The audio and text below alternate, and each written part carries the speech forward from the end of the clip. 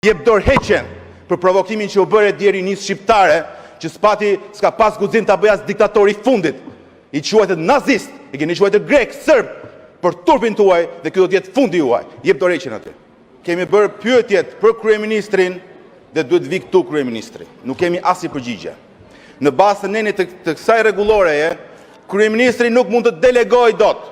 Por ju as të nuk e bëni dhe nuk e mblidhni seancën e të mërkurave për të dhënë kryeministri llogari këtu 1 orë përpara deputetëve. Dhe ky nen është vendosur dhe me dakordsinë e faktorëve ndërkombëtar dhe kur nuk e keni respektuar. E kemi sjell kërkesën në parlament, ju lutem, silleni kryeministrin në momentin më të parë të mundshëm. Së dyti, kemi bërë dhe një kërkesë për interpelancë me ministrin e Brendshëm për dhunën që ka ndodhur në Zvërnec dhe në Rjoll. Tani, me që edhe ministri që nga në telefon dhe pas ka shumë të rëndësishme telefonatën, zoti minister, kryeministri deklaroi dje në median më të njohur ndërkombëtare, CNN, që jemi në një luftë hibride. Shqipëria është në sulm nga armiq që i njohim shumë mirë. Ministri drejton antiterrorin në Shqipëri. Dil jep llogarinë të vend se kush po e sulmon Shqipërinë. Zoti minister, në 1990 kur rinia e Shqipërisë mbushi rrugët e Tiranës, e ka mbush Tiranën me parulla Enver Hitler. Nuk guxoi Ramiz Alia ti cilësoj shqiptarët nazist. Dhe këtë e bëri Edi Rama, zoti minister. Dhe dje, policia juaj, në mënyrë të palajmëruar, bllokoi bulevardin. Pse e bllokoi bulevardin? Pse i sulmoi protestuesit me ujë dhe me piper? Dhe nuk e mbajti dot atë gardh. Nuk e mbajti dot. Zoti minister, hoqi licencat e disa kompanive në Zvërnec, preket policinë e Vlorës, po në Rjoll nuk e pat dhunën e policisë private ju? Nuk e pat se si policia ka marrë zvarr nëna me fëmijë dhe grashta xana, edhe kundër vendimeve të gjykatave? Prandaj zoti minister, lejeni këto dopjo standarde, nëse ke guxim, jep dorëheqjen për provokimin që u bëre djeri nis shqiptare, që s'ka pas guxim ta bëj as diktatori i fundit, i quajtet nazist, i keni quajtur grek, serb, për turpin tuaj dhe ky do të jetë fundi juaj. Jep dorëheqjen aty. Kemi kërkuar kryeministrin të vinë në parlament në bazë të nenin 95 të rregullores me pyetje përgjigje. Mblidhet parlamenti ditën e mërkurë, 1 orë kryeministri përballet me pyetjet e deputetëve. Ju refuzoni të respektoni rregulloren dhe kushtetutën e këtij vendi. Në mënyrë të përsëritur, se tani u fol këtu për shantazh. Nëse po bën dikush shantazh këtu, ai është Tauland Balla. Zoti kryetar, kërkoj vëmendjen tuaj. Shikoni këtë foton. Tauland Balla ka nxjerr foton dhe ka shantazhuar duke i rrezikuar jetën drejtorit rajonal të Reutersit në Shqipëri. Këtë ka bërë Tauland Balla. Mbasi kryeministri i ka cilësuar nazist të rinj shqiptar dhe mbasi Tauland Balla sot i cilësoi iranian. Kjo është e rëndë dhe ky është shantazh, zoti kryetar. Po mirë, nuk e kuptoni çfarë po ndodh, nuk e kuptoni fare çfarë po ndodh. A nuk u vjen turp nga kultura e madhe politike e të rinjve shqiptar 10 ramira? A nuk e kuptoni që po u nxjerrni një ashloje komplet dhe refuzoni të flisni për ta këtu, edhe na kërkoni ne dhe na cilësoni ne shantazhues? A nuk e kuptoni këtë gjë?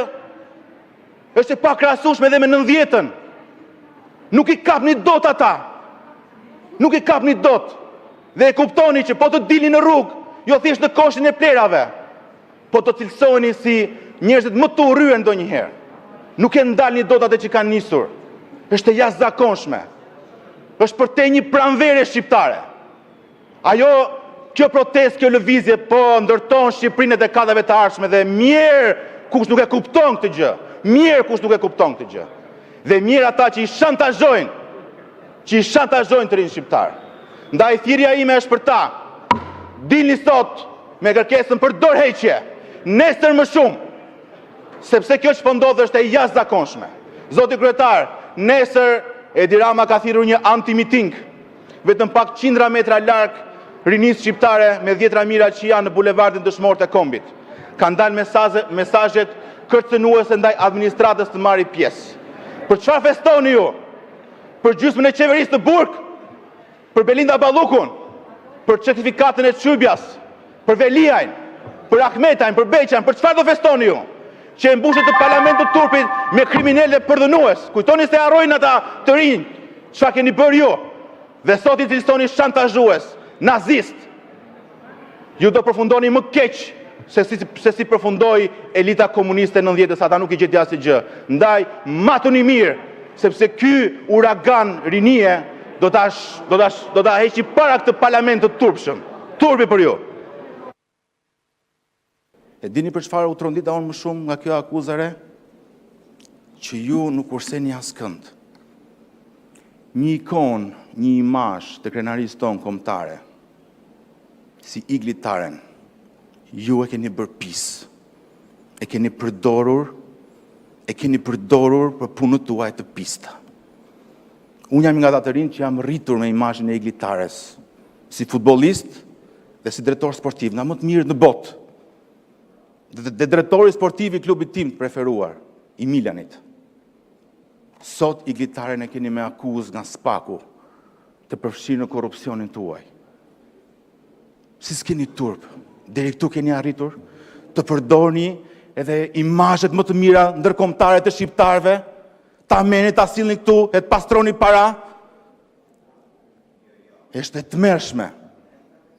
tmerrshme kjo që ka ndodhur. Se flisi për pasaport europian, e flisi se dëmtohet imazhi, kur flasin për korrupsionin, dëmtoni imazhin e Shqipërisë. Po ju merrni një ambasador të shkëlqyer të Shqipërisë, Igli Taren, dhe keni përfshirë në afera korruptive. Kush e dëmton imazhin e Shqipërisë tu? S'keni turp. Deri këtu keni arritur. Faleminderit. Zoti Hoxha, keni fjalën 20 minuta për të dhënë shpjegimet tuaja.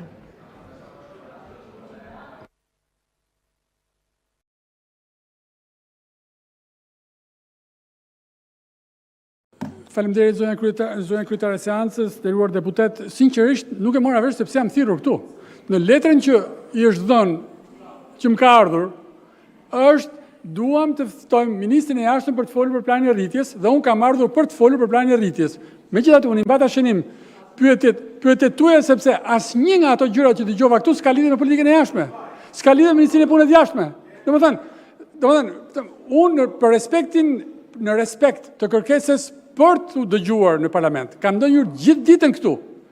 Dhe sinqerisht nuk e kuptova se çfarë pyetje kishit për Ministrinë e Jashtme, sepse Ministri i Jashtme nuk propozon asnjë nga ato ligje që përmendet. Një sekond, Ministri i Jashtme nuk merret me pronat, dhe nëse do bëhet që nesër e tutje, po deri tani s'është marrë ndonjëherë me pronat, dhe nuk do merret me pronat asnjëherë, dhe s'ka pse të përgjigjet Ministri i Jashtme për pronat, ka institucionet e veçanta që përgjigjen, që merren, por nëse do kishit lexuar dokumentet që janë të aprovuara nga Bashkimi Evropian dhe që janë bërë pjesë e angazhimeve tona, edhe për pronat, edhe për ligjet që përmendet ju, ka një afat të caktuar se si do adresohen, nga kush do adresohen dhe kur do adresohen. Përfshirë për i bars. Tani, unë e kam kuptuar, me falë, vetëm një gjë, me lejoni të mbarej Mund si mos flisni nga vëndi, Zoti Sheaj. Unë ju dëgjova me shumë vëmendje. Zoti Sheaj, ka mund si mos ndërhyni nga vëndi, ju lutem. Tani, unë s'po e kuptoj kush e ka kërkuar interpelancën. Sepse, atëherë, unë ju dëgjova, me falni, zotëri, unë ju dëgjova me shumë vëmendje. Dhe u thashë, asnjë nga ato pyetje nuk ka të bëjë me Ministrinë e Jashtme përveç i bars. Dhe shkresa thot që duam të dëgjojmë Ministrin e Jashtëm për planin e rritjes. Kjo është ajo që thuhet e shkresa.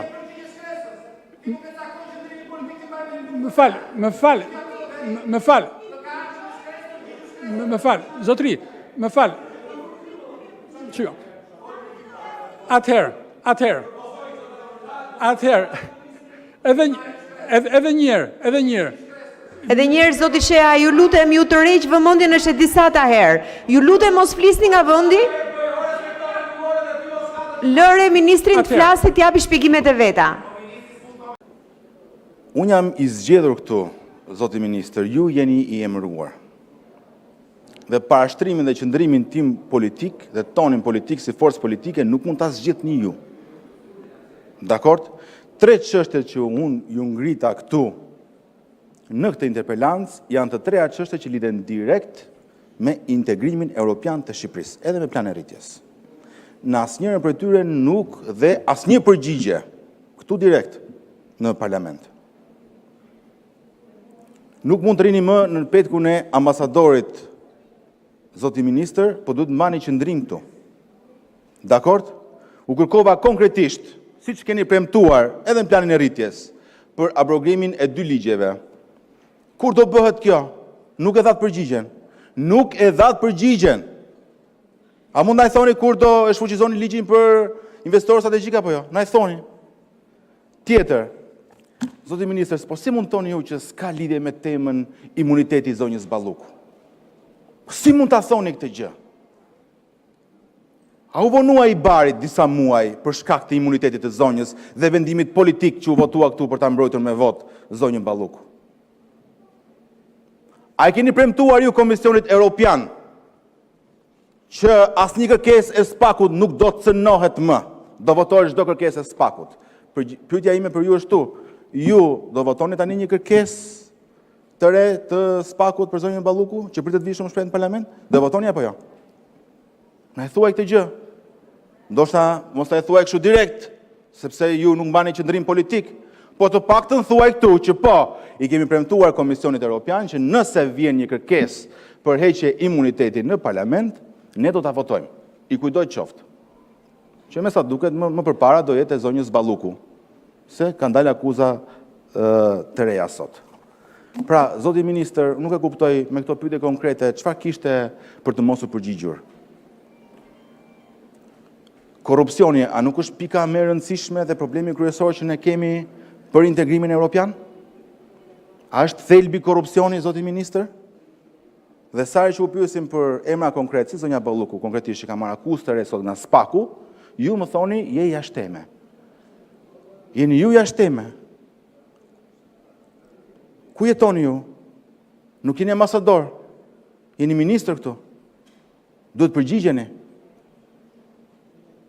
Ndoshta është një kurth i kryeministrit që ja u ka bërë ministër, u hoqi nga ambasador për të bërë ministër, vetëm që ju pikërisht të mos përgjigjeni, por do ta merret përsipër të përgjegjësi.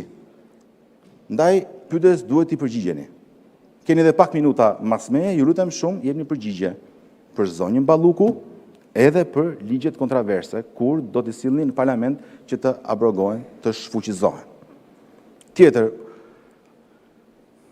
zoti ministër, unë u pyeta edhe për protestën, u pyeta edhe për deklaratat kontraverse dhe të rrezikshme të kryeministrit, se ju jeni ministër i jashtëm.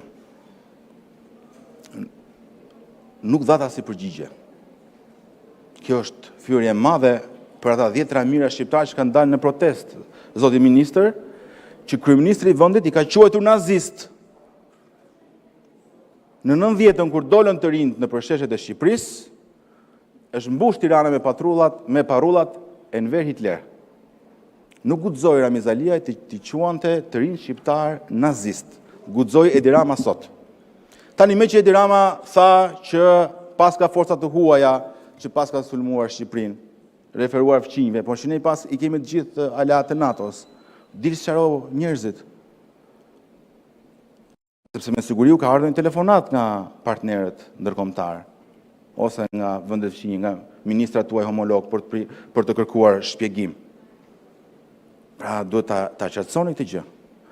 Zoti ministër, më shumë u detyroni atyre 10 mijëra të rinjve në shesh, sepse janë quajtur nazist, janë quajtur njerëz që janë nxjerrë aty nga agjenturat e huaja, ka thënë kryeministri i vendit. Do e qartësoni këtë gjë apo jo? Duhet flisi për ta. Ju po i fyeni ata, zoti ministër. Nuk është bërë as në 90-ën.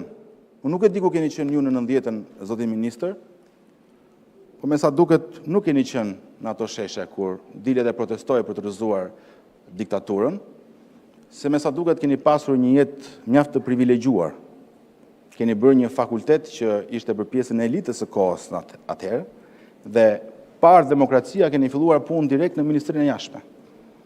Gjithkohës ambasador, gjithkohës me pozitat larta, gjithkohës i përkrahur nga dyja forcat, por shpesh u kanë akuzuar edhe të dyja bashkë. Dhe ju s'keni dalë në shesh në 90-ën. Se pajtë të punoni ministrin e jashtme atëre, para në ndër regjimi. Dhe sot që dalin të rinë dhe të rejat, dhe kërkojnë ndryshim, kërkojnë dorëheqjen e kryeministrit tuaj, i cili son nazist, ju heshni. Nuk mund t'i fyeni njerëzit të shoh. Dhe aq më tepër të fyeni parlamentin dhe thoni që unë nuk i përgjigjem deputetit. Deputeti është i zgjedhur këtu nga votat e shqiptarëve. Ju jeni emëruar. Dhe keni qenë i emëruar gjithë jetës tuaj, që nga koha e diktaturës e deri tani. Dhe mos ta fyeni inteligjencën, po dilni dhe mbani qendrim këtu për 3 çështjet që u ngrita dhe një herë. I keni kohën. Kur do abrogoni ligjet, do votoni kërkesën e re të Belinda Ballukut dhe e përgjigje se kush janë këto agjenturat e huaja që pas kanë nxitur protestën e rinisë shqiptare. Faleminderit. Zoti Ministër, keni fjalën. Zoti deputet, agjenda parlamentare nuk përcaktohet nga ministria që unë drejtoj për ligjet në fjalë, apo për ligjet e tjera të cilat nuk bien në kuadrin e unitarisë së Ministrisë për Evropën dhe Punë të Jashtme dhe iniciativat ligjore, meqense ju e dini shumë më mirë se unë si i zgjedhur që jeni, ato kanë kalendarin e tyre, kanë logjikën e tyre dhe kanë rrugët institucionale për të propozuar. Pajtohem totalisht me ju që forcimi i shtetit ligjor është thelbi i ndërveprimit tonë me partnerët evropianë, me institucionet evropiane, me çdo që punon me ne për të mirën e Shqipërisë, të asaj që duam të ndërtojmë më tej, të asaj që duam të zhvillojmë më tej, të asaj që duam të çojmë atje ku e duan gjithë shqiptarët, qofshin ata të rinj, qofshin ata të vjetër, qofshin ata në rrugë, qofshin në shtëpi, qofshin në lagje, kudo. Të gjithë e duan Shqipërinë vetëm në Evropë dhe ky është misioni im, kjo është detyra e ministrisë që drejtoj, kjo është detyra e shërbimit jashtëm dhe jam i bindur edhe tërë kolegëve të kabinetit qeveritar, absolutisht besoj edhe e tërë parlamentit. Në Bruksel nuk flitet kurrë, dhe këto ju a them sepse kam jetuar ca kohë atje, dhe nuk flitet kurrë për asnjë proces ligjor, për asnjë proces gjyqësor në vim. Asnjë emër i përveçshëm nuk përmendet në takime. Për askënd që është në nënhetim, për askënd që është subjekt i organeve ligjzbatuese, për sa kohë procesi është në vimësi. Në Bruksel flitet për mënyrën, masat, format, për reformat që bëhen për të forcuar shtetin ligjor, për të forcuar mbetësinë e institucioneve, për të jetësuar reformën më transformuese që ka parë ndonjëherë Evropa, që është reforma e drejtësisë që është bërë në Shqipëri. Për këto flitet atje dhe për këto ndiqen zhvillimet, vendimet që merren. Nuk flitet për emër të përveçëm, për më pak për ata që janë në procese gjyqësore në vimësi. Pasi për këdo, pa një vendim të formës së prerë, çdo kush është dhe konsiderohet i pafajshëm. Unë s'duhet merrem e s'jam marrë kurrë, e s'do merrem ndonjëherë me emra të përveçëm, por kjo është filozofia në Evropë. Kështu flitet në Evropë, kjo është sensi i diskutimeve që kemi ne me Bashkimin Evropian. Ju shkuat paksa më tej dhe aluduat se kam qenë, e para punës se unë s'kam punuar me ministritë jashtme në kohën e diktaturës, sa për djeni. Dhe kam hyrë me konkursin më të parë që është bërë ndonjëherë me një qeveri të përbashkët në atë kohë, nëse keni më shumë kuriozitet, dokumentet janë atje dhe mund t'i gjeni. Po unë nuk kam punuar në diplomacinë e diktaturës, as një sekond, as një ditë. Kam hyrë kur Shqipëria ka ndryshuar. Dhe ajo që doja t'ju thoja së fundmi është që unë nuk kam jetuar jashtë, kam qenë jashtë, por siç e dini, përfaqësitë dhe rezidencat shqiptare janë tokë shqiptare dhe unë kam qenë gjithë jetën time vetëm në Shqipëri. Faleminderit.